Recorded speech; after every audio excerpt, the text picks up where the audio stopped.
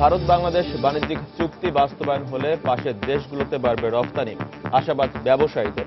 দেশীয় পরিবহন ব্যবহারের শর্ত রাখার দাবি। কোমল পানীয়তে মিলল মাত্রাতিরিক্ত ক্ষতিকর কেমিক্যাল, মানুষের শরীরে মারাত্মক প্রভাব ফেলছে বলছেন চিকিৎসকরা। অভিযোগ পেলে ব্যবস্থা নেওয়ার আশ্বাস বিএসটিআই এর।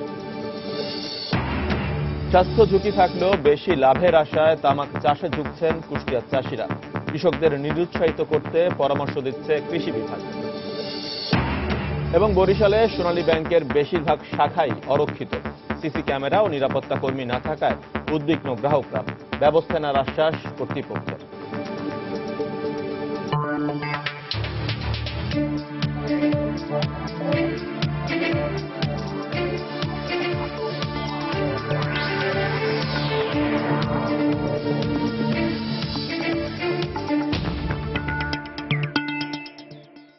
দেখছিলেন শিরোনাম। আমন্ত্রণ জানাচ্ছি দেশ ও দেশের বাইরের অর্থ বাণিজ্যের নানা খবর নিয়ে আমাদের নিয়মিত আয়োজন এই সময়ের বাণিজ্য। আর আপনাদের সঙ্গে রয়েছি আমি এচি মাহমুদ। দর্শক, শুরুতেই জানিয়ে দেব ঢাকা স্টক এক্সচেঞ্জের লেনদেন পরিস্থিতি। আমরা এখন চলে যাচ্ছি ডিএসসি ওয়েবসাইটে। আজকে সপ্তাহের প্রথম কার্যদিবস রোববার। দেখতে পাচ্ছি শুরুতেই ডিএসসি এক্স প্রধান সূচক এখনো পর্যন্ত 8 পয়েন্ট বেড়ে দাঁড়িয়েছে 4381 পয়েন্টে। ডিএসসি সরিয়া সূচক এখনো দেখতে পাচ্ছি 2 পয়েন্ট বেড়ে দাঁড়িয়েছে 1063 পয়েন্টে, এবং ডিএসসি 30 বাছাই সূচক 3 পয়েন্ট বেড়ে দাঁড়িয়েছে 1672 পয়েন্টে। এখনো পর্যন্ত শেয়ারের দাম পেয়েছে, লেনদেন হওয়া শেয়ারগুলোর মধ্যে দাম বেড়েছে 74টির, কমেছে 23টির এবং অপরিবর্তিত রয়েছে 16টি প্রতিষ্ঠানের শেয়ারের দাম। দর্শক, এখনো পর্যন্ত লেনদেন হয়েছে আমরা দেখতে পাচ্ছি 28 কোটি টাকার শেয়ার ও মিউচুয়াল ফান্ড। দর্শক, আমরা এখন চলে যাচ্ছি টপ 20 শেয়ারে। টপ 20 শেয়ারে শুরুতেই দেখে নেব তালিকার প্রথম অবস্থানে কে রয়েছে। তালিকার প্রথম অবস্থানে দেখতে পাচ্ছি টপ 20 শেয়ারে রয়েছে United power generation and distribution company limited, যার সবশেষ লেনদেন মূল্য দেখতে পাচ্ছি 219 টাকা 70 পয়সা। সর্বোচ্চ লেনদেন মূল্য এখনো পর্যন্ত 221 টাকা এবং সর্বনিম্ন লেনদেন মূল্য 213 টাকা। এরপরে রয়েছে তালিকার দ্বিতীয় অবস্থানে শাসা ডেনিম, যার সবশেষ লেনদেন মূল্য 46 টাকা 70 পয়সা, সর্বোচ্চ লেনদেন মূল্য 46 টাকা 80 পয়সা এবং সর্বনিম্ন লেনদেন মূল্য 45 টাকা 10 পয়সা। ওয়েস্টার্ন মেরিন শিপইয়ার্ড রয়েছে টপ 20 শেয়ারের তৃতীয় অবস্থানে, যার সবশেষ লেনদেন মূল্য দেখতে পাচ্ছি 51 টাকা 50 পয়সা, সর্বোচ্চ লেনদেন মূল্য 51 টাকা 80 পয়সা এবং সর্বনিম্ন লেনদেন মূল্য 49 টাকা 50 পয়সা। কেপিসিএল রয়েছে তালিকার চতুর্থ অবস্থানে টপ 20 শেয়ারের, যার সবশেষ লেনদেন মূল্য এখনো পর্যন্ত 62 টাকা 60 পয়সা, সর্বোচ্চ লেনদেন মূল্য 62 টাকা 60 পয়সা এবং সর্বনিম্ন লেনদেন মূল্য এখনো পর্যন্ত 60 টাকা 50 পয়সা। সাই পাওয়ারটেক লিমিটেড রয়েছে টপ 20 শেয়ারের পঞ্চম অবস্থানে, যার সবশেষ লেনদেন মূল্য দেখতে পাচ্ছি 75 টাকা 80 পয়সা, সর্বোচ্চ লেনদেন মূল্য এখনো পর্যন্ত 76 টাকা 40 পয়সা এবং সর্বনিম্ন লেনদেন মূল্য 75 টাকা 10 পয়সা। ইফাদ অটোস লিমিটেড রয়েছে টপ 20 শেয়ারের ষষ্ঠ অবস্থানে আজ, যার সবশেষ লেনদেন মূল্য দেখতে পাচ্ছি 77 টাকা 30 পয়সা, সর্বোচ্চ লেনদেন মূল্য 77 টাকা 40 পয়সা এবং সর্বনিম্ন লেনদেন মূল্য 75 টাকা 60 পয়সা। দর্শক, এই ছিল আমার কাছে শেয়ার বাজার পরিস্থিতির খবরাখবর। আমরা এখন চলে যাচ্ছি পরের সংবাদে। ভারত বাংলাদেশ বাণিজ্যিক চুক্তি বাস্তবায়ন হলে পার্শ্ববর্তী দেশগুলোতে বাংলাদেশের রফতানি আরও বাড়বে বলে মনে করছেন ব্যবসায়ীরা। সেই সঙ্গে আঞ্চলিক বাণিজ্যের ভিত্তি আরও সুদৃঢ় হবে বলে মত অর্থনীতিবিদদের। তবে পণ্য আনা নেওয়ার ক্ষেত্রে বাংলাদেশের অভ্যন্তরে দেশীয় পরিবহন ব্যবহারের শর্ত থাকা উচিত বলে মনে করেন তারা। বিস্তারিত মোস্তফা মাহবুবের প্রতিবেদনে। বাংলাদেশে তৈরি ইলেকট্রনিক্স পণ্য, তৈরি পোশাক সহ নানা পণ্যের চাহিদা বাড়ছে পাশের দেশগুলোতে। রফতানি উন্নয়ন ব্যুরোর তথ্যমতে 2013-14 অর্থবছরে নেপাল ও ভুটানে বাংলাদেশের মোট রপ্তানির পরিমাণ ছিল প্রায় 15 লাখ মার্কিন ডলার, যা চলতি অর্থবছরে 2 কোটি মার্কিন ডলার ছাড়িয়ে গেছে।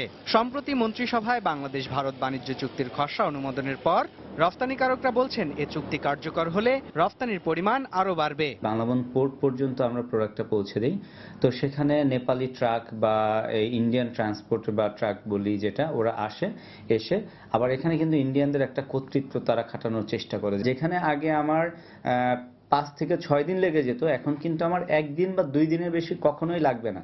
দ্যাট মিনস আমার কিন্তু ইফিসিয়েন্সি বাড়ছে।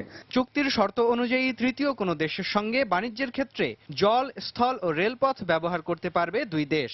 অর্থনীতিবিদরা বলছেন, এ চুক্তির ফলে পার্শ্ববর্তী দেশগুলো বাংলাদেশের বন্দর ব্যবহার করা শুরু করলে সরকারের রাজস্ব আয় বাড়বে। সঠিকভাবে যদি বিনিয়োগ করতে পারে বিভিন্ন ধরনের যোগাযোগ সংক্রান্ত খাতে, তাহলে আমদানি রপ্তানি এবং সার্ভিস চার্জ এসব কিছু মিলিয়ে আমার মনে হয় যে মধ্য দীর্ঘমেয়াদে এটি বাংলাদেশের জন্য উপকারে আসবে। বাংলাদেশ এবং ভারতের মধ্যে যে বাণিজ্য, সেইখানে খুব একটা বড় পরিবর্তন আমি আশা করছি না এই চুক্তির ফলে। কিন্তু পাশাপাশি আবার যেটা হবে যে নেপাল বা ভুটানের সাথে বা আমাদের কিন্তু বাণিজ্যটা বৃদ্ধি পাবে, এটা একটা ভালো দিক। কোন ধরনের ভেহিকেল ব্যবহার করা যাবে সেটি এখনো পরিষ্কার না, তবে আমার মনে হয় যে বাংলাদেশের জন্য সুবিধাজনক হতে পারে যদি এটিটা ট্রান্সশিপমেন্ট আকারে হয়। সেক্ষেত্রে স্থানীয় ভেহিকেল ব্যবহার করে বা ট্রেলার ব্যবহার করে পণ্য আমদানি করলে স্থানীয় প্রাইভেট সেক্টরও এখানে বিনিয়োগ করে সেখান থেকে সুবিধা পেতে পারে। তবে দীর্ঘমেয়াদে রফতানি আয় বাড়াতে এ ধরনের বাণিজ্যিক চুক্তির পাশাপাশি ভারতের সঙ্গে কার্যকর দ্বিপক্ষীয় বাণিজ্যিক চুক্তি বেশি জরুরি বলেও মনে করছেন সংশ্লিষ্টরা। মুস্তফা মাহবুব, সময় সংবাদ, ঢাকা। ভারতে রপ্তানি বাড়াতে হলে বাংলাদেশকে আরো সক্ষমতা অর্জন করতে হবে। পাশাপাশি পোশাক শিল্পের বাইরে বাংলাদেশকে রপ্তানি পণ্য সম্প্রসারণ করা উচিত। শনিবার রাজধানীর ব্র্যাকিন সেন্টারে বেসরকারি গবেষণা সংস্থা সিপিডি আয়োজিত বাংলাদেশ ভারত বাণিজ্য বিষয়ে সেমিনারে এসব কথা বলেন আলোচকরা। বক্তারা বলেন, শুল্ক সুবিধা দেওয়ার পর বাংলাদেশ থেকে ভারতে রপ্তানি বৃদ্ধি পেয়েছে। তবে বিভিন্ন ধরনের অশুল্ক বাধায় প্রতিবন্ধকতা সৃষ্টি হচ্ছে বাংলাদেশি পণ্যের রপ্তানিতে। বিএসটিআইকে আন্তর্জাতিক মানে উন্নীত করা, স্বাস্থ্য সুরক্ষা সমস্যা চিহ্নিত করা, এসপিএস চুক্তি বা সাফটার অন্তর্ভুক্ত করে চুক্তি করা গেলে কৃষি ও কৃষি প্রক্রিয়াজাত পণ্য আরো বেশি রপ্তানি সম্ভব হবে। এছাড়া দ্বিপক্ষীয় আলোচনা বৃদ্ধির মাধ্যমে সমস্যা চিহ্নিত করে ব্যবস্থা নিলে ফলপ্রসূ সমাধান সম্ভব হবে বলে মতামত দেন বক্তারা।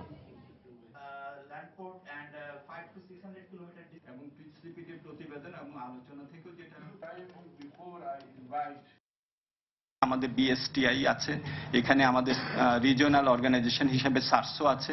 এগুলোর সক্ষমতা আরো বৃদ্ধি করতে হবে। আমাদের চলমান যেসব উদ্যোগ আছে সেই উদ্যোগগুলি যাতে রপ্তানিকারকরা জানতে পারেন, দ্বিপাক্ষিক একটা এসপিএস চুক্তি করতে পারি, সেটা দ্বিপাক্ষিক হতে পারে অথবা সার্কের যে ভিত্তিতে সাফটা যেটা আছে তার অন্তর্ভুক্তির তেও হতে পারে। সেটা যদি আমরা করতে পারি তাহলে আমাদের এই এসপিএস সম্পর্কিত যেসব আমাদের বিভিন্ন ধরনের ইস্যু আছে এটা আমরা সহজে সমাধান করতে পারবো। ভোজন রসিকদের খাবার তালিকায় কোমল পানীয়র অবস্থান শীর্ষে, কিন্তু মুখরোচক এই খাবারটি আমাদের স্বাস্থ্যের জন্য কতটুকু উপকারী? সম্প্রতি এক গবেষণায় প্রচলিত এসব কোমল পানীয়র মধ্যে মাত্রাতিরিক্ত অ্যাসিডের সন্ধান পেয়েছেন বুয়েটের গবেষকরা। আর চিকিৎসকরা বলছেন, কোমল পানীয়তে ব্যবহৃত রাসায়নিক উপাদান মানুষের শরীরে ক্ষতিকর প্রভাব ফেলছে। তবে বাজারে সহজলভ্য প্রায় সব কোমল পানীয় পরীক্ষিত দাবি করে অভিযোগ পেলে কার্যকর পদক্ষেপ নেওয়ার আশ্বাস বিএসটিআই এর। বিস্তারিত জানাচ্ছেন সজল দাস। বন্ধুদের আড্ডা কিংবা পারিবারিক আয়োজন, সর্বত্রই পরিচিত খাবার কোমল পানীয়। শিশু থেকে বৃদ্ধ সকলেরই পছন্দের তালিকায় রয়েছে এই খাবারটি। তবে প্রচলিত এসব কোমল পানীয় আমাদের শরীরের জন্য কতটুকু উপকারী? এখন খাচ্ছে বাচ্চা, শুধু মুখের মজাটাই বুঝতেছে, কিন্তু এটা যে ওর শরীরে যে ক্ষতিকর জিনিসটা, আর দেখা যায় যে ওদের বায়নার কারণে আমরাও দিতে বাধ্য হই। কেমিক্যাল আছে এর ভিতরে, কিন্তু কি কেমিক্যালে তৈরি হয় এটা আমার সঠিক জানা নেই। সম্প্রতি একটি গবেষণায় কোমল পানীয়তে মাত্রাতিরিক্ত অ্যাসিডের সন্ধান পেয়েছে বাংলাদেশ প্রকৌশল বিশ্ববিদ্যালয় বুয়েটের গবেষকরা। তারা বলছেন, মানুষের শরীরে পিএইচ এর স্বাভাবিক গ্রহণযোগ্য মাত্রা 7। তবে বাজারে সহজলভ্য বেশিরভাগ কোমল পানীয়তে এর মাত্রা রয়েছে অনেক কম। অ্যাসিডিটির মাত্রা অনেক বেশি। তারপর হচ্ছে আমরা আরেকটাকে বলি টোটাল টাইট্রেবল অ্যাসিডিটি, এটার মাত্রাও বেশি। পিএইচ যদি কম থাকে বা টাইট্রেবল অ্যাসিডিটি যদি বেশি থাকে, ওগুলো আসলে ইন্ডিকেট করে যে ডেন্টাল ইরোশনটা হওয়ার চান্স ওখানে বেশি। এদিকে অতিমাত্রায় অ্যাসিডের পাশাপাশি অনেক কোমল পানীয়তে নেশা জাতীয় উপাদান ব্যবহারের অভিযোগ এই চিকিৎসকের, যা মানুষের শরীরে ক্ষতিকর প্রভাব ফেলবে বলেই মনে করছেন তিনি। এখন সফট ড্রিঙ্কস বাজারে আসছে এনার্জি ড্রিঙ্কসের নামে। ইন্টারন্যাশনাল স্ট্যান্ডার্ডের যে মাত্রাটা থাকার কথা ক্যাফেন, তাতে 3 থেকে 4 গুণ বেশি ক্যাফেন থাকে, ফলে এদের মধ্যে একটা নেশার উদ্রেক হয়। তবে এ বিষয়ে খাবারের মান নিয়ন্ত্রণ সংস্থা বিএসটিআই বলছে, শুধুমাত্র কোমল পানীয় নয়, সব ধরনের খাবারের মান নিয়ন্ত্রণে কাজ করছেন তারা। যে কোনো কারণে মান মানের সংশোধনের প্রয়োজন পড়লে আমাদের কাছে যদি সুনির্দিষ্টভাবে যদি এই তথ্য ভিত্তিক প্রস্তাব দেওয়া হয়, টেকনিক্যাল কমিটিতে আমরা এগুলো পাঠাতে পারি এবং প্রয়োজনে ওই মান যদি ওই প্যারামিটারসগুলি বিবেচনা আনার প্রয়োজন মনে ওই টেকনিক্যাল কমিটির সুপারিশেই মানগুলো সংশোধন কিংবা অ্যামেন্ডমেন্ট হয়। তাৎক্ষণিক ক্ষতি না হলেও মানুষের শরীরে কোমল পানীয়ের ক্ষতিকর প্রভাব দীর্ঘমেয়াদী। তাই জনস্বাস্থ্যের বিষয়টিকে গুরুত্ব দিয়ে কার্যকর পদক্ষেপ নেবে কর্তৃপক্ষ, এমনটাই দাবি গ্রাহকদের। সজল দাস, সময় সংবাদ, ঢাকা। বরিশাল বিভাগে সোনালী ব্যাংকের শাখাগুলোর বেশিরভাগই অরক্ষিত। 63টি শাখায় নেই সিসি ক্যামেরা এবং 9টিতে নেই কোনো নিরাপত্তা কর্মী। দুর্বল নিরাপত্তার কারণে গ্রাহকদের টাকা খোয়া যাওয়ার ঘটনাও ঘটেছে। এই অবস্থায় নিরাপত্তা জোরদারের দাবি জানিয়েছেন উদ্বিগ্ন গ্রাহকরা। অবশ্য ব্যাংক কর্তৃপক্ষ বলছেন শিগগিরই সব শাখায় যথাযথ নিরাপত্তা ব্যবস্থা গ্রহণ করা হবে। মাহমুদুন নবী তোলা ছবিতে আরো জানাচ্ছেন ফেরদাউস সোহাগ। বরিশাল বিভাগের সোনালী ব্যাংকের মোট শাখা ৭৪টি, এর মধ্যে সিসি ক্যামেরা আছে মাত্র 11টিতে। এমনকি 9 শাখায় নেই কোনো নিরাপত্তা কর্মী। আনসার আছে মাত্র 35 শাখায়। বেসরকারি সংস্থার নিয়োজিত নিরাপত্তা কর্মী আছে 24 শাখায়, আর পুলিশ আছে মাত্র 6 শাখায়। এই অবস্থায় ব্যাংকের নিরাপত্তা ব্যবস্থা জোরদারের দাবি জানিয়েছেন গ্রাহকরা। এখানে নিরাপত্তা কর্মী নাই, কিন্তু আমরা চাই এখানে থাকুক, থাকলে আমাদের গ্রাহকদের অনেক সুবিধা হয়। নিরাপত্তা কর্মী অবশ্যই থাকা দরকার। নিরাপত্তা কর্মী না থাকলে বিভিন্ন সমস্যা হতে পারে। নিরাপত্তা কর্মী না থাকার কথা স্বীকার করলেন শাখা ব্যবস্থাপকরা। তবে এক্ষেত্রে শাখা সবার এ ব্যাপারে নজরদারি থাকে বলে দাবি তাদের। 9টা থেকে 5টা পর্যন্ত কেউ একজন গার্ড আমার গেটে দাঁড়িয়ে থাকবে বা বসে থাকবে, সে সিকিউরিটি অবজার্ভ করবে, এই ধরনের আসলে সত্যি কথা আমাদের এখানে নেই। সিসি ক্যামেরা আছে, আমার চতুর্থ শ্রেণীর কর্মচারীরা সবসময় সতর্ক থাকে এবং তার সাথে আমার সকল সহকর্মীরা নিরাপত্তার বিষয়টি দেখভাল করে থাকেন। অবশ্য ব্যাংকের ঊর্ধ্বতন কর্মকর্তারা বলছেন অচিরেই সব শাখায় যথাযথ নিরাপত্তা ব্যবস্থা গ্রহণ করা হবে। প্রতিটা শাখা আনসার দেওয়ার জন্য কর্তৃপক্ষের সাথে যোগাযোগ করছি এবং আমরা আশা করছি অচিরেই আমরা প্রতিটা শাখায় আনসার নিয়োগ দিতে পারবো। সম্প্রতি বরিশালে ব্যাংকের লেনদেন চলাকালীন সময়ে সোনালী ব্যাংক চকবাজার শাখা থেকে এক গ্রাহকের খোয়া গেছে 7 লাখ টাকা। ওই ব্যাংকে সিসি ক্যামেরা থাকলেও নেই কোনো নিরাপত্তা কর্মী। ফেরদাউস সোহাগ, সময় সংবাদ, বরিশাল। পরিবেশ ও স্বাস্থ্য ঝুঁকির কথা জেনেও বেশি লাভের আশায় দিন দিন তামাক চাষে আগ্রহী হয়ে উঠছেন কুষ্টিয়ার চাষিরা। আর ক্ষতিকর তামাক চাষে কৃষকদের বিভিন্নভাবে উৎসাহিত করছে টোব্যাকো কোম্পানিগুলো। এ অবস্থায় কৃষি বিভাগ বলছে তামাক চাষ বন্ধে কৃষকদের পরামর্শ দেওয়া হচ্ছে। কুষ্টিয়া প্রতিনিধি SM রাশিদের তথ্য ছবি নিয়ে ডেস্ক রিপোর্ট। একসময় এই ফসলি খেতে আবাদ হতো ধান, গম ও শাকসবজি, কিন্তু গত কয়েক বছর ধরে কুষ্টিয়ার মিরপুর, ভেড়ামারা ও দৌলতপুর উপজেলায় অধিকাংশ ক্ষেতেই চাষ হচ্ছে ক্ষতিকর তামাক। খরচ কম কিন্তু লাভ বেশি, তাই ক্ষতিকর তামাক চাষে ঝুঁকছেন এই অঞ্চলের কৃষকরা। স্থানীয় কৃষকরা বলছেন টোব্যাকো কোম্পানি তামাক চাষে আগাম টাকা, সার, কীটনাশক সহ সব ধরনের সুবিধা দেয়ায় তামাক চাষ করছেন তারা। এছাড়া জনবসতিপূর্ণ এলাকাতেই গড়ে তোলা হয়েছে তামাক পোড়ানোর ধুমঘরগুলো। এতে পরিবেশের ক্ষতির পাশাপাশি নানান রোগে আক্রান্ত হচ্ছেন শিশু ও বৃদ্ধরা। তামাক কোম্পানি আছে বুঝলেন, সেখানে আমাদের সার দেয়, বীজ দেয়, এই ফেয়ার দেয় বুঝলেন, এটার জন্য আমরা তামাক না খাই। বিশাল লোন কাটলে আপনার এদিকে আমার বিঘে নিম্ন 40,000 টাকা থাকি যায়। তামাকে খুব লাভ। এক ধান লাগাতে আমার পেট চলে না, ধান লাগাবেন তামাকের টাকা বেশি হয়, তাতে এই জন্য তামাক লাগাই। এদিকে পরিবেশ ও স্বাস্থ্যের জন্য ক্ষতিকর তামাক চাষ বন্ধে কৃষি বিভাগের কার্যকর পদক্ষেপ চাইলেন জেলার উন্নয়ন কর্মীরা। কৃষির যে পরাগায়ন সাধিত হয়, কীট পতঙ্গ নষ্ট হচ্ছে তামাকের কারণে, এবং এখানে আমাদের মাটি তার রস, রূপ এবং শক্তি হারাচ্ছে। তবে তামাক চাষ বন্ধ করে ধান, গমের মতো অর্থকরী ফসল আবাদে উৎসাহ বাড়াতে কৃষকদের পরামর্শ দেওয়া হচ্ছে বলে জানালেন কৃষি বিভাগের কর্মকর্তা। যে সমস্ত মাঠ দিবস হয়, কৃষক প্রশিক্ষণ হয়, আমি ব্যক্তিগতভাবে তামাকের এই বিষয়টা নিয়ে, তামাকের ক্ষতিকর দিকটা নিয়ে আমি আলোচনা করি। কৃষি বিভাগ জানিয়েছে চলতি মৌসুমে জেলায় 16,705 হেক্টর জমিতে তামাক চাষ হয়েছে। সময় সংবাদ, কুষ্টিয়া।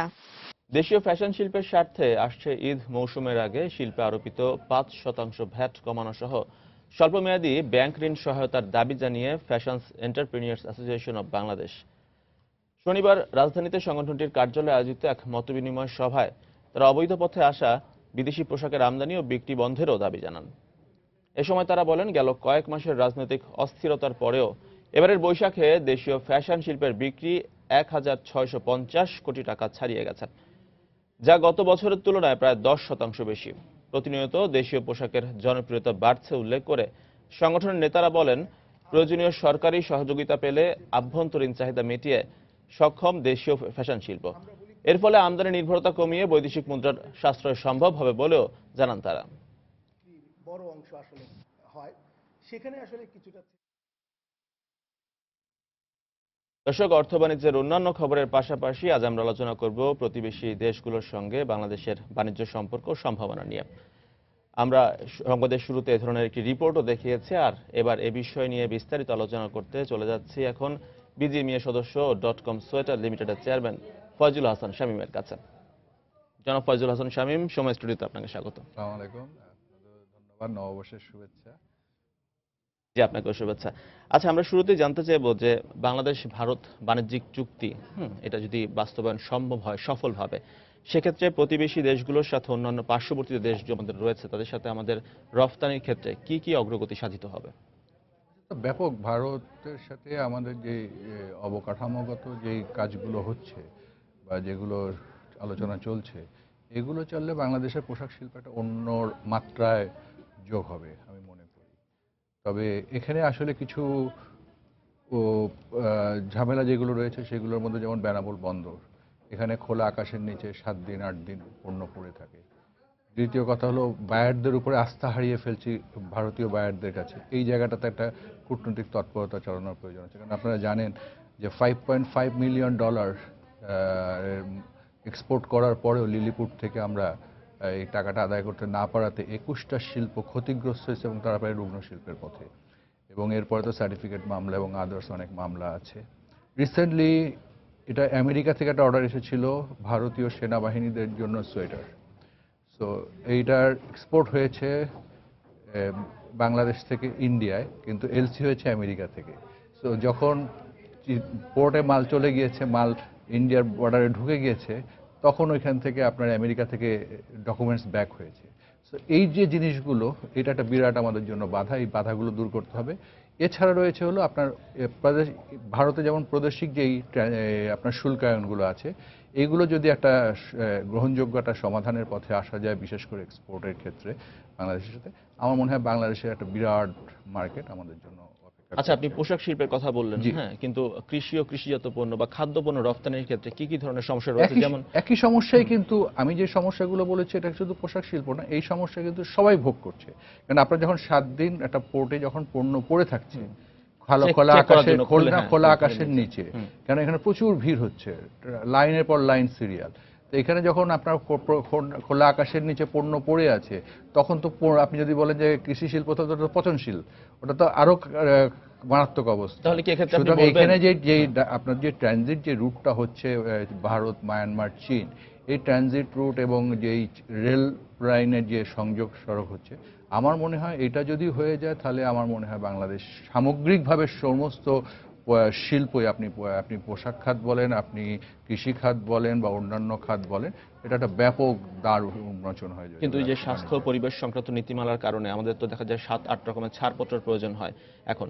আর হচ্ছে খাদ্য বা কৃষি পণ্য রপ্তানির ক্ষেত্রে আমাদের দেখা যাচ্ছে বিএসটিআই কি তাহলে যথাযথভাবে সক্ষম নয়? না হলে কেন কলকাতায় আমাদের পণ্য বারবার চেক করা হচ্ছে বা ওখানে মান নিয়ন্ত্রণ করা হচ্ছে, তারপরে রপ্তানির অনুমতি দেওয়া হচ্ছে? এটার কারণ কি বলে আসলে বাংলাদেশেরকেও আসলে যেমন আমরা ডিজিটাল বাংলাদেশের স্বপ্ন দেখছি, সুতরাং আমার মনে হয় যে আমলাতান্ত্রিক যে জটিলতাগুলো আছে এগুলোকে ওয়ান স্টপ সার্ভিসে শেষ করা উচিত।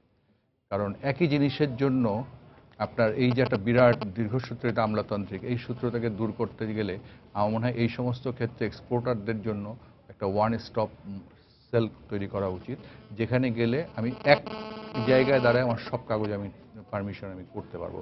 তাহলে আমরা দ্রুততম সময় এই বাধাগুলো দূর করতে পারি।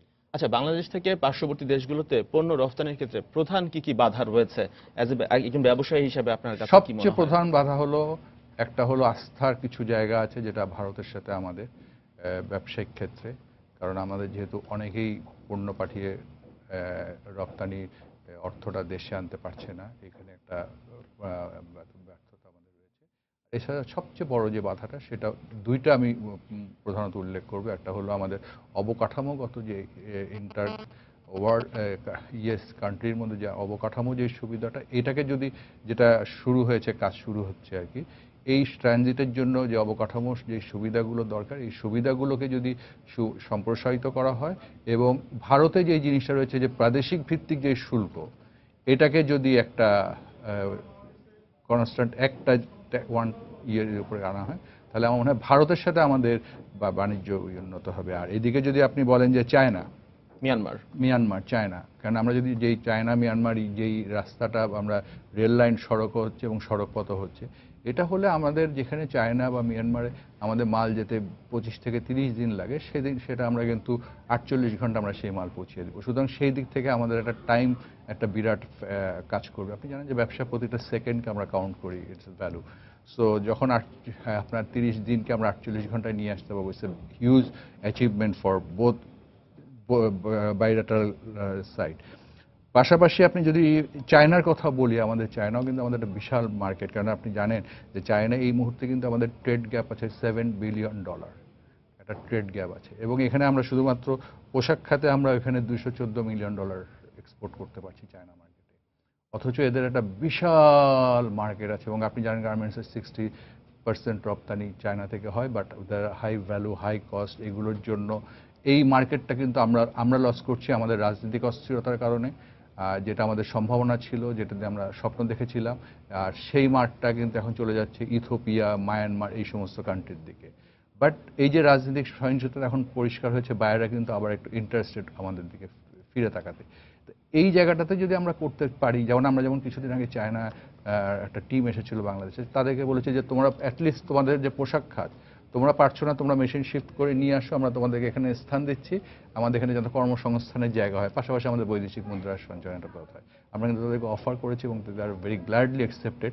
সো এটা এখন সরকারি পর্যায়ে এটা এখন প্রক্রিয়ার ব্যাপার মাত্র। আচ্ছা, এখন পার্শ্ববর্তী দেশ হিসেবে আমরা সবসময় চিন্তা করি ভারতের পর হচ্ছে নেপাল এবং ভুটানে বেশিরভাগ পণ্য রপ্তানি হয় বাংলাদেশ থেকে। তো সেক্ষেত্রে মিয়ানমার কেন নয়, মিয়ানমারের দিকে কেন নয় ব্যবসায়ীরা ঝুঁকছেন না কেন? মিয়ানমারের আসলে রাজনৈতিক যে কারণে বাংলাদেশের দিক থেকে দীর্ঘদিন ধরে সামরিক জান্তা, এবং আপনি মিয়ানমারের আসলে পলিটিক্যাল টার্নমোরটাও আসলে যে খুব বেশি ভালো কিছু আমরা এখনো এটাকে আস্থায় আনতে পারছি না, যার জন্য মিয়ানমারের দিকে ঝুঁকছে না। বরঞ্চ বাংলাদেশের ব্যবসায়ীরা কিন্তু আমরা ইথিওপিয়ার দিকে চোখ রাখছি, কারণ আপনি জানেন যে একটা ওয়ার্ল্ডের একটা আমেরিকা এবং ইউরোপে ওরা কিন্তু একটা বড় একটা রিসার্চ করে দেখেছে, ইউরোপিয়ান মেয়েদের আঙ্গুলের পরতগুলো সরু, তাদের কাজের দক্ষতা এফিসিয়েন্সিটা তৈরি করা যাবে যদি তাদেরকে ট্রেন আপ করা যায়, যার জন্য কিন্তু অনেক ইনভেস্টমেন্ট কিন্তু ইথিওপিয়ার দিকে যাচ্ছে, যেটা মায়ানমারের দিকে হয়েছিল। মায়ানমারে হয়েছে কিন্তু ওই যেরকমভাবে আমরা চিন্তা করেছিলাম অতটা ওই স্কেলে যেতে পারছে না, বিকজ অফ এই সামরিক পলিটিক্যাল আনরেস্ট। এবং এই পলিটিক্যাল ডিজাস্টার যদি বাংলাদেশে আবার শুরু হয়, তাহলে আমার মনে হয় বাংলাদেশের তো বাণিজ্য এমনি পথারাই পড়বে। আচ্ছা, কালচারাল মিল থাকার কারণে, সাংস্কৃতিগত মিল থাকার কারণে কি আমরা নেপাল ভুটানে পণ্য বেশি রপ্তানি করছি? সেক্ষেত্রে তুলনায় তো মনে করি যে ভারতে বেশি রপ্তানি হয়, কিন্তু গত অর্থ বছরে আমরা দেখতে পাচ্ছি যে বা সবসময় এটা হয়ে আসছে যে আমরা হচ্ছে রপ্তানির তুলনায় আমদানি বেশি করছি, বাণিজ্য ঘাটতির পরিমাণ বাড়ছে। এটির কারণ কি বলে আপনি মনে করেন? আসলে নেপাল ভুটানের মার্কেটটা খুব বড় না, ভেরি সিগনিফিক্যান্ট, আমরা কিছু দেখাতে পারছি না। কিন্তু আমাদের মেন টার্গেট মার্কেট কিন্তু ভারত, যদি প্রতিবেশী বলে থাকে।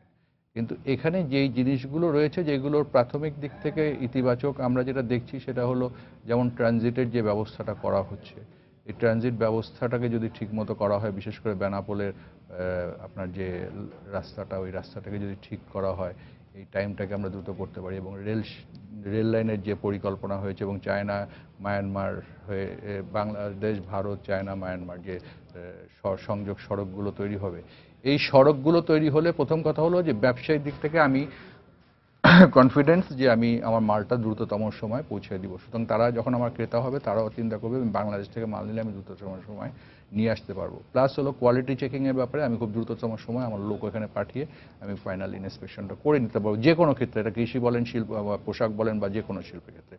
সেখানে হলো একটা বিরাট রয়েছে।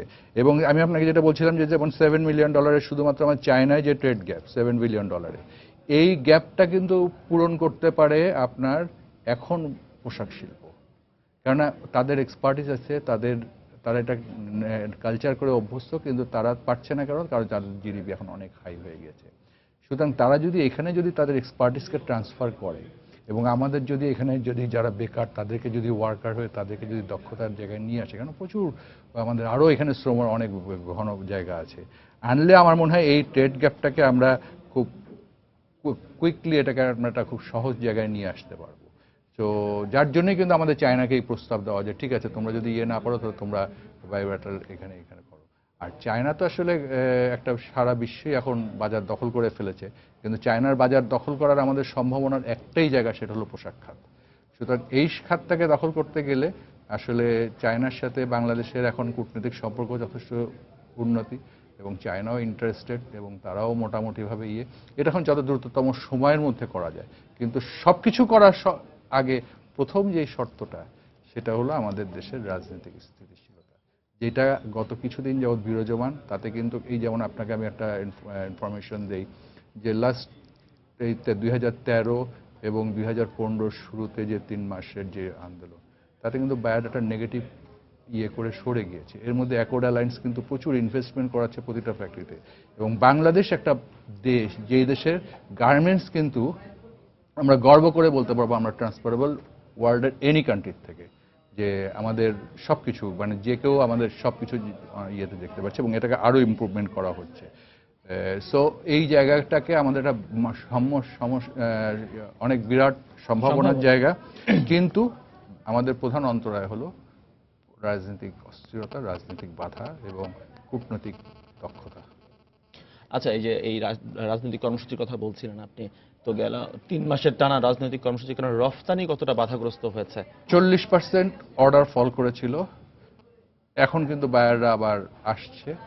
বাট প্রবলেম যেটা হয়েছে, আপনি যখন দুর্বল থাকেন তখন কিন্তু আপনার বার্গেনিং পাওয়ার কমে যায়।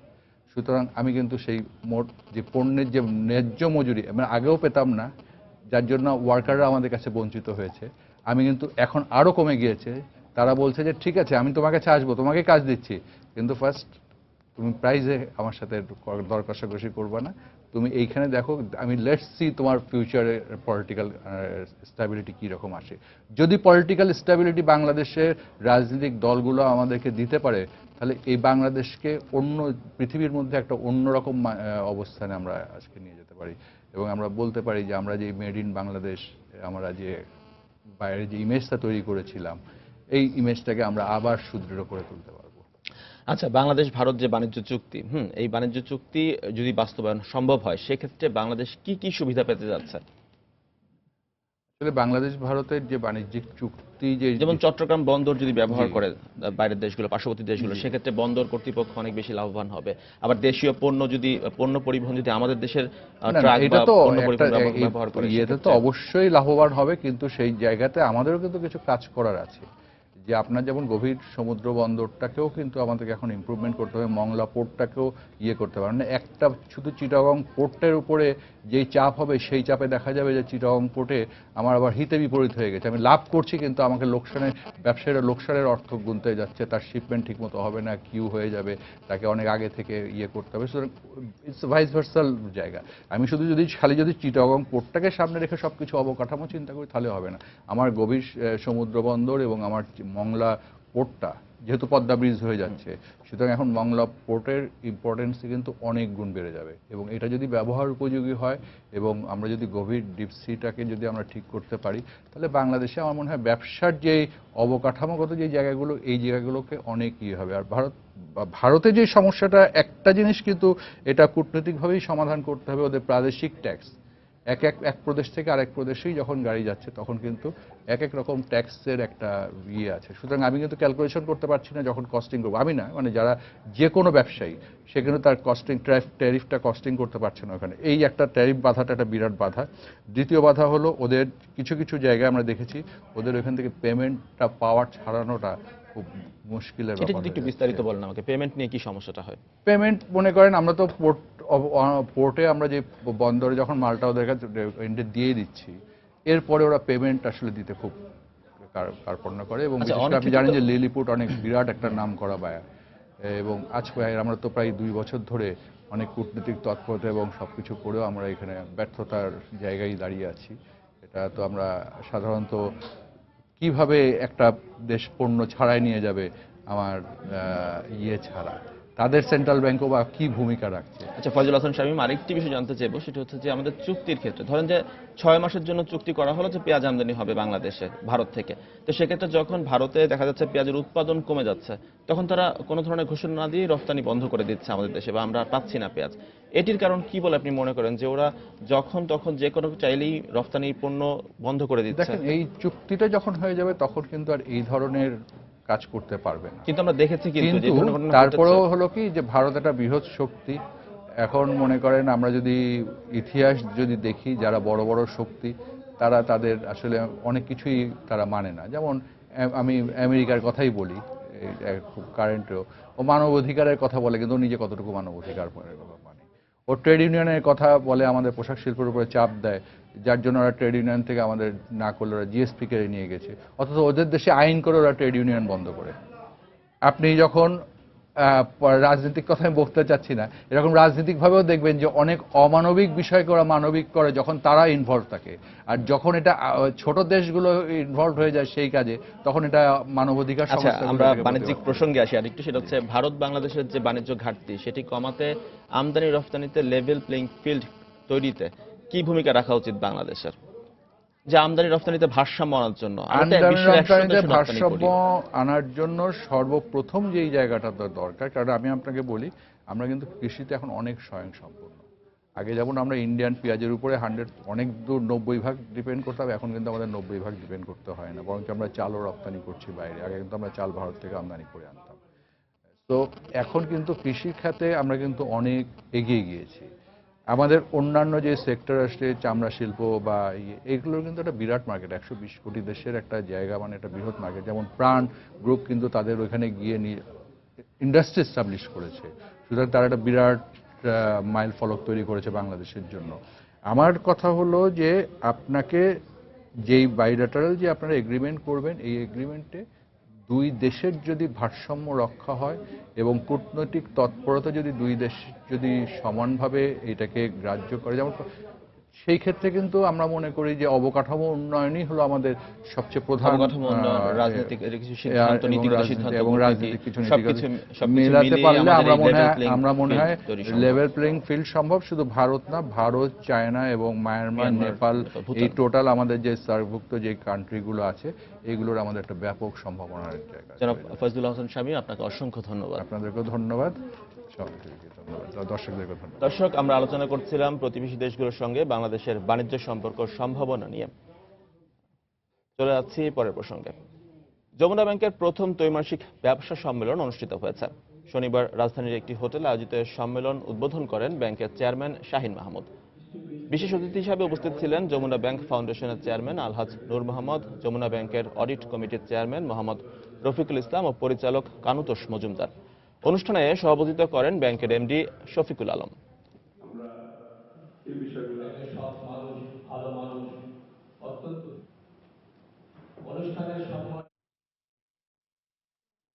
2019-এর আগেই মোবাইল অ্যাপ্লিকেশন তৈরি ও রফতানি থেকে 1 বিলিয়ন বৈদেশিক মুদ্রা আয়ের লক্ষ্য নির্ধারণ করা হয়েছে বলে জানিয়েছেন তথ্য ও প্রযুক্তি প্রতিমন্ত্রী জুনায়েদ আহমেদ পলক। শনিবার কৃষিবিদ ইনস্টিটিউট মিলনায়তনে জাতীয় মোবাইল অ্যাপ্লিকেশন অ্যাওয়ার্ড অনুষ্ঠানে একথা বলেন তিনি। $2,500 মোবাইল অ্যাপ্লিকেশনের বিশ্ববাজারে বাংলাদেশের তরুণরা যেন কাজ করতে পারে, সেজন্য সরকারের পক্ষ থেকে বিভিন্ন উদ্যোগের কথাও জানান তিনি। জনগণের হাতের মুঠোয় সব ধরনের সেবা পৌঁছে দিতে আগামীতে 600 মোবাইল অ্যাপ্লিকেশন তৈরি করা হবে বলেও এ সময় জানান তথ্য প্রযুক্তি প্রতিমন্ত্রী। অনুষ্ঠানে মোবাইল অ্যাপ্লিকেশন তৈরির 7টি ক্যাটাগরিতে মোট 13 জনকে পদক দেওয়া হয়। ধন্যবাদ আলাল ভাই। এই সেক্টর থেকে আমরা $1 billion revenue foreign currency earn করার আমরা টার্গেট লক্ষ্য নির্ধারণ করেছি, যেটা আগামী 2019 সালের আগেই সম্ভব আপনাদের মাধ্যমে। আজকে ব্যাঙ্গালোরে, মাদ্রাজের, চেন্নাইতে যেরকম পশ্চিমারা এসে ওখানে কাজ করছে, খুব বেশি দিন অপেক্ষা করতে হবে না। আমরা যেগুলো প্রকল্প হাতে নিয়েছি, ইনশাআল্লাহ খুব অল্প সময়ের মধ্যে 2021-এর মধ্যেই বাংলাদেশে আমরা এমন পরিবেশ তৈরি করব যখন সিলিকন ভ্যালি থেকে দেশের বাইরের অনেক বিদেশিরা এসে আমাদের বাংলাদেশে এসে কাজ করবে, আমাদের নতুন নতুন তৈরি করা কোম্পানিতে এসে কাজ করবে। মুক্তিযুদ্ধ জাদুঘরের উন্নয়নে Dhaka metropolitan chamber of commerce and industries, MCCI, ACL limited ও অ্যাপেক্স ফুটওয়ার লিমিটেড 10 লাখ করে মোট 30 লাখ টাকা অনুদান দিয়েছে। শনিবার রাজধানীর মতিঝিলে এমসিসিআই ভবনে বিদেশি ব্যবসায়ীদের অভিজ্ঞতা বিনিময় শীর্ষক অনুষ্ঠানে মুক্তিযুদ্ধ জাদুঘরের পক্ষে 3টি চেক গ্রহণ করেন সংস্কৃতি বিষয়ক মন্ত্রী আসাদুজ্জামান নূর। এ সময় মুক্তিযুদ্ধের স্মৃতি সংরক্ষণে সবাইকে এগিয়ে আসার আহ্বান জানান তিনি। অনুষ্ঠানে ওয়ার্ল্ড মার্কেটিং অ্যাসোসিয়েশনের সভাপতি হারমাওয়ান কার্তাওয়াজা ও তার ব্যবসায়িক অভিজ্ঞতা বিনিময়কালে বাংলাদেশের সম্ভাবনাগুলোকে নতুনত্বের সাথে উপস্থাপন করার পরামর্শ দেন। এছাড়া ব্যবসা প্রসারে প্রতিবেশী দেশগুলোর সাথে বন্ধুত্বপূর্ণ সম্পর্ক জোরদার করার পরামর্শ দেন মুম্বাই ভিত্তিক একটি পরামর্শক প্রতিষ্ঠান কেএস এর সভাপতি সুনীল কুমার অলাগ।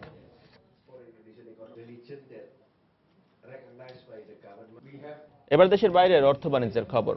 মার্চে বেড়েছে মার্কিন নাগরিকদের খুচরা কেনাকাটার পরিমাণ। এ কারণে গেল মাসে দেশটির ভোক্তা মূল্য সূচক বেড়েছে 0.2%। দেশটির শ্রম অধিদপ্তরের তথ্য অনুযায়ী জ্বালানি তেলের দাম স্থিতিশীল হতে শুরু করে এবং খাদ্যপণ্যের দাম সহনীয় পর্যায়ে থাকায় গেল মাসে কিছুটা বেড়েছে খাদ্য বহির্ভূত মূল্যস্ফীতিও।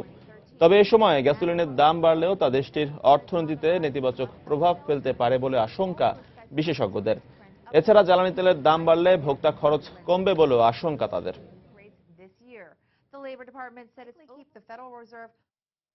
ব্রিটেনে কমেছে বেকার নাগরিকের সংখ্যা।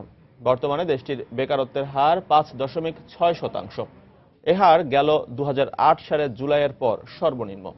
দেশটির জাতীয় পরিসংখ্যান ব্যুরোর তথ্য অনুযায়ী গেল বছরের ডিসেম্বর থেকে চলতি বছরের ফেব্রুয়ারি পর্যন্ত সময়ে সৃষ্টি হয়েছে 76,000 মানুষের কর্মসংস্থান।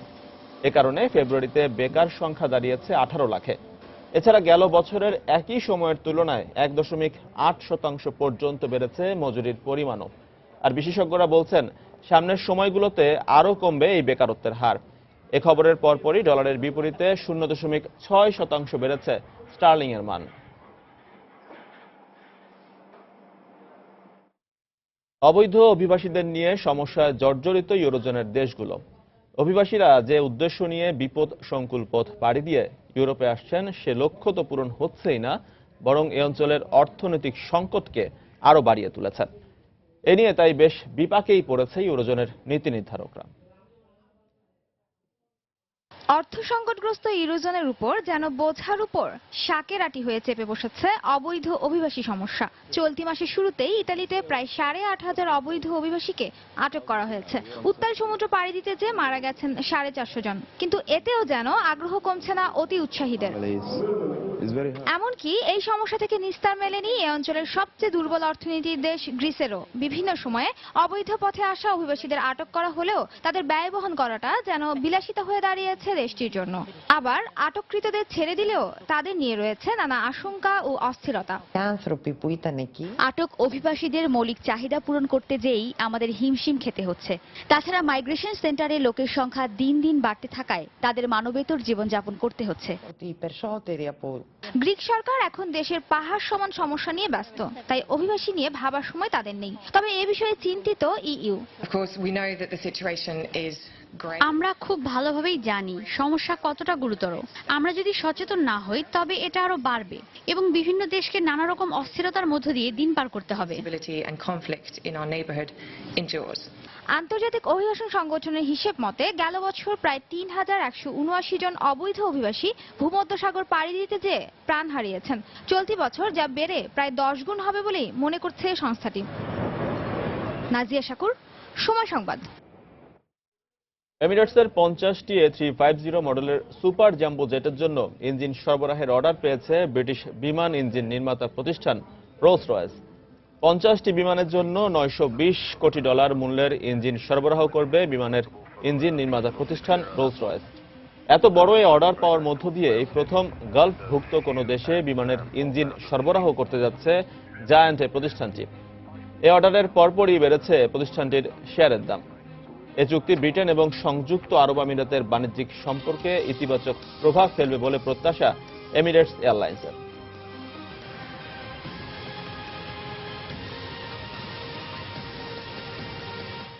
দর্শক, আবারও জানিয়ে দিচ্ছি এ সময়ের বাণিজ্যের শিরোনামগুলো। ভারত বাংলাদেশ বাণিজ্যিক চুক্তি বাস্তবায়ন হলে পাশের দেশগুলোতে বাড়বে রপ্তানি, আশাবাদ ব্যবসায়ীদের। দেশীয় পরিবহন ব্যবহারের শর্ত রাখার দাবি। কোমল পানীয়তে মিলল মাত্রাতিরিক্ত ক্ষতিকর কেমিক্যাল, মানুষের শরীরে মারাত্মক প্রভাব ফেলছে বলছেন চিকিৎসকরা। অভিযোগ পেলে ব্যবস্থা নেওয়ার আশ্বাস বিএসটিআই এর। স্বাস্থ্য ঝুঁকি থাকলেও বেশি লাভের আশায় তামাক চাষে ঝুঁকছেন কুষ্টিয়ার চাষিরা। কৃষকদের নিরুৎসাহিত করতে পরামর্শ দিচ্ছে কৃষি বিভাগ। এবং বরিশালে সোনালী ব্যাংকের বেশিরভাগ শাখাই অরক্ষিত, সিসি ক্যামেরা ও নিরাপত্তা কর্মী না থাকায় উদ্বিগ্ন গ্রাহকরা। ব্যবস্থা নেওয়ার আশ্বাস কর্তৃপক্ষের। দর্শক, এই ছিল এই সময়ের বাণিজ্যে। যে কোনো খবর পেতে ভিজিট করুন সময়নিউজ.টিভি। এছাড়া এই মাত্র পাওয়া খবর আপনার মোবাইলে পেতে SMS করুন *DN লিখে পাঠিয়ে দিন 16242 নম্বরে। আর সঙ্গেই থাকুন সময়।